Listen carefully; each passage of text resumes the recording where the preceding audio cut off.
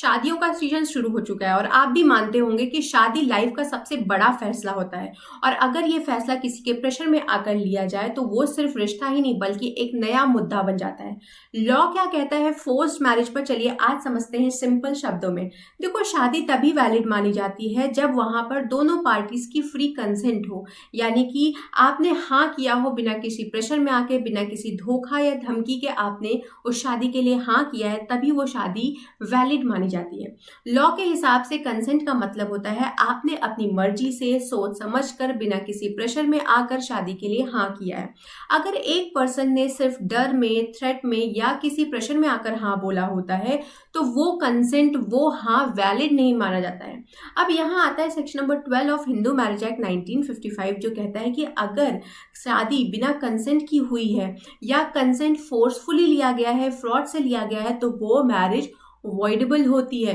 मतलब वो शादी तुरंत इलीगल नहीं हो जाती है, बल्कि जिसका कंसेंट आपने फोर्स से लिया है वो कोर्ट में जाके उस शादी को एनल करवा सकता है, कैंसिल करवा सकता है।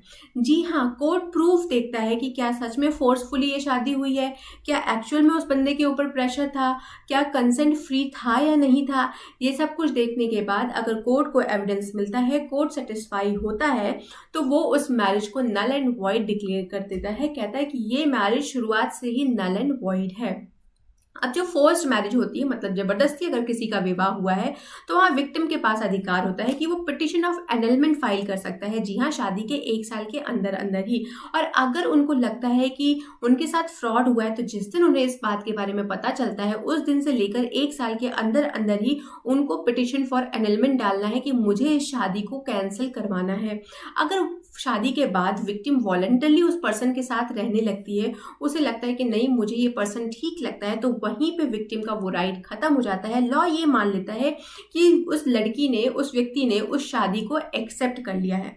तो ये प्रोविजन जो था ना, ये मेनली वुमेन्स के प्रोटेक्शन के लिए लाया गया था, ताकि कभी भी सोसाइटी में या फैमिली में किसी को भी प्रेशर से मजबूर होकर शादी करने की आवश्यकता नहीं हो। तो सिंपल शब्दों में बस आप इतना समझ लीजिए कि शादी सिर्फ तभी लीगल होती है जब दोनों ने फ्री कंसेंट दिया है। जबरदस्ती कराई गई शादी ना तो सैक्रेड होती है और ये इलीगल के काफी करीब होती है। तो सेक्शन 12 जो है हिंदू मैरिज एक्ट का, वो कहता है कि कंसेंट के बिना शादी बिल्कुल भी सही नहीं होती है। लॉ हमेशा फ्री विल को सपोर्ट करता है। फ्री कंसेंट जिस मैरिज में होती है वही मैरिज लीगल होती है, वैलिड होती है।